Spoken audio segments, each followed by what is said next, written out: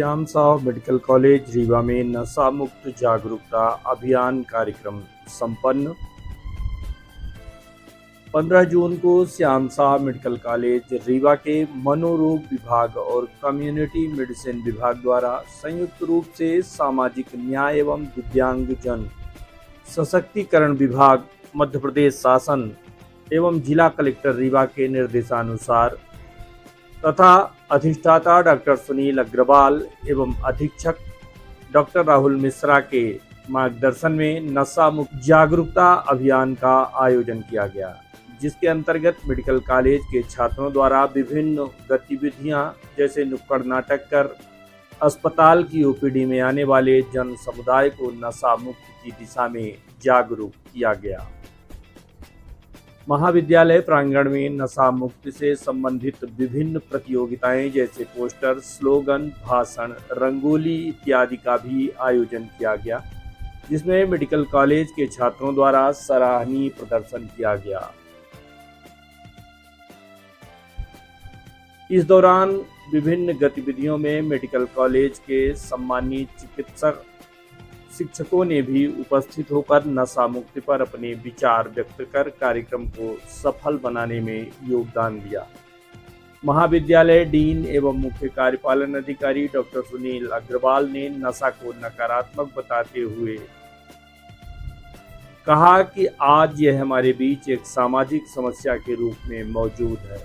12 साल के बच्चों से लेकर बुजुर्ग आयु तक के लोग आज नशे से ग्रसित हैं, खासकर युवाओं में एक जाल की तरह फैला हुआ है और इससे बचने के लिए बहुत ही ठोस और सकारात्मक कदम उठाने की आवश्यकता है। वहीं डॉक्टर मनोज इंदुरकर ने अपने उद्बोधन में कहा है कि इसके प्रभाव घातक हैं। हमारे शोध में तनाव, peers pressures, work life balance जैसे कई कारण हैं जो नशे को आगे बढ़ाते हैं। हमको अपने घरों में आसपास के लोगों में इससे संबंधित हानिकारक प्रभाव की जानकारी समय समय पर देते रहने की आवश्यकता है। कार्यक्रम में अपनी बात रखते हुए अधीक्षक एवं संयुक्त संचालक डॉक्टर राहुल मिश्रा ने कहा कि नशा मुक्ति के लिए नशा करने वाले व्यक्ति के साथ सहानुभूति का व्यवहार करना चाहिए, जिससे कि वह नशा न करने के लिए प्रेरित हो। आयोजित कार्यशाला में प्रमुख रूप से उपस्थित रहे doctor Chakresh Jain, doctor Ayushman Sharma, doctor Umesh Pathak, doctor Megha Pandey, doctor Akanksha Singhal, जिन्होंने नशा मुक्ति के लिए अपने विचार रखे और बताया कि नशे के प्रति जागरूकता फैलाएं और नशा मुक्त होने के लिए उन्हें प्रेरित करें। आयोजित कार्यक्रम के संबंध में डॉक्टर मनोज इंदुरकर से बात की गई तो उन्होंने इस संबंध में विस्तार से जानकारी दी।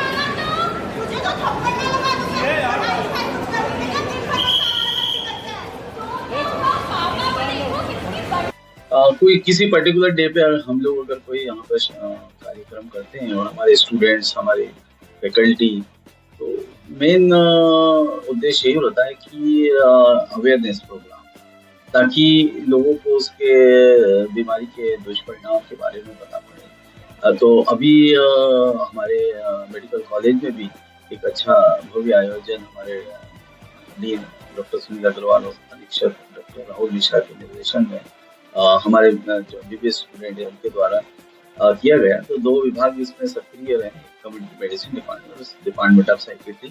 तो उद्देश्य यही था कि हमारे स्टूडेंट्स में जो कि काफ़ी संख्या में ऐसे होते हैं कि कभी कभी एडिक्शन के लत में ना आ जाए, इसलिए उनको अवेयर कर रहे हैं कि इसके क्या क्या दुष्परिणाम हो सकते हैं। इसी तरह से पूरे सोसाइटी में भी इसके जो दुष्परिणाम हैं, चाहे वो तंबाकू हो, चाहे कोई जो कोकेन और ये दूसरी अन्य इलिसिट ड्रग्स है वो हो, उसके दुष्परिणाम लॉन्ग टर्म पे बहुत होते हैं।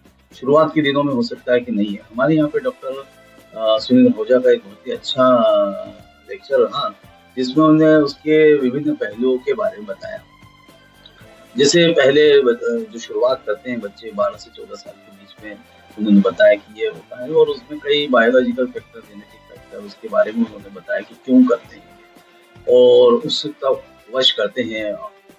तो कई कारणों की वजह से एडिक्शन की लत लगती है कि, और इसके जो लॉन्ग टर्म दुष्परिणाम होते हैं, कईयों को कैंसर की शिकायत होती है। जैसे हम जानते हैं स्मोकिंग जो है सबसे बड़ा फैक्टर है आज, लंग कैंसर, तंबाकू जो सबसे बड़ा मुख्य इस एरिया का कारण है जिसकी वजह से ओरल कैंसर हो रहे हैं। इसके अलावा जो एडिक्शन लोग पाया करते हैं उनमें स्ट्रोक मतलब लकवा होने की संभावना, हार्ट डिसीज की संभावना, फेफड़े में हम जो बोलते हैं क्रॉनिक ऑब्स्ट्रक्टिव पल्मोनरी डिसीज, उसकी संभावना बढ़ जाती है। और एक पर्टिकुलर स्टेज तक तो वो रिवर्सिबल होती है, जब अर्ली फेज में हम लोग पहचान जाए कि ये लड़का या बच्ची जो है एडिक्शन से ग्रस्त है और उसको उसी पे अगर रोक ले तब तो ये रिवर्सिबल होता है। अन्यथा अगर ये बहुत लेट स्टेज में जब मालूम पड़ेगा तो ये बहुत लंबे समय से इतना प्रोग्रेस कर चुका है कि एडिक्शन छोड़ने के बाद भी उसके दुष्परिणाम ठीक नहीं। इसलिए सोसाइटी में हमेशा ये एक हमारे डॉक्टरों ने, हमारे फैकल्टी ने, हमारी एचओडी साइकेट्री ने और डॉक्टर सुनील आहूजा ने एक मैसेज ही दिया है स्टूडेंट्स को भी और पूरी सोसाइटी को कि इससे हमेशा दूर रहना चाहिए। जैसे हमारे डीन साहब का भी कहना था, अगर एक व्यक्ति ये एडिक्ट है तो वो दूसरे को भी एडिक्ट कर सकता है। तो एक ये पीयर इफेक्ट्स जो होता है, उसके जो साथी संगत, इससे बचना चाहिए। और जो लोग कर रहे हैं एडिक्शन और हमें पता है तो उनके बारे में हमें डॉक्टरों को इन्फॉर्म करना चाहिए ताकि उसका जो एडिक्शन का लेवल है पहले कम करे और फिर खत्म करे। सर, युवा पीढ़ी में सबसे अधिक देखा जा रहा मेडिकेटेड नशा, जैसे आपका कोडीन युक्त सिरप हो गया और टैबलेट्स हो गए, अल्ट्राजोनम वगैरह, वो कितना घातक है? ये पूरा ड्रग डिपेंडेंस होता है। इसमें उसके जो साइकोलॉजिकल इफेक्ट्स है वो बहुत उसके दुष्परिणाम ज्यादा है। ये लोग अधिकतर एंजाइटी के, डिप्रेशन के और शाइजोफ्रेनिया के शिकार हो जाते हैं। और ये ऐसी एज है जब वो रिप्रोडक्टिव एज है। हमारे देश को ग्रोथ करने के लिए इस एज के युवाओं की आवश्यकता होती है और उस दौरान ये लोग एंजाइटी और डिप्रेशन और शाइजोफ्रेनिया जैसी बीमारियों से ग्रसित हो जाते हैं। तो इसको रोकना बहुत आवश्यक है। सभी सोसाइटी के जो मेंबर है इन लोगों को किसी तरह से ये जो एडिक्शन की जहाँ भी संभावना होती है उसको किस तरह से कम किया जाए उस पर विचार गोष्ठी और पूरी तरह से अपने लेवल पे इसको रोकने की कोशिश की।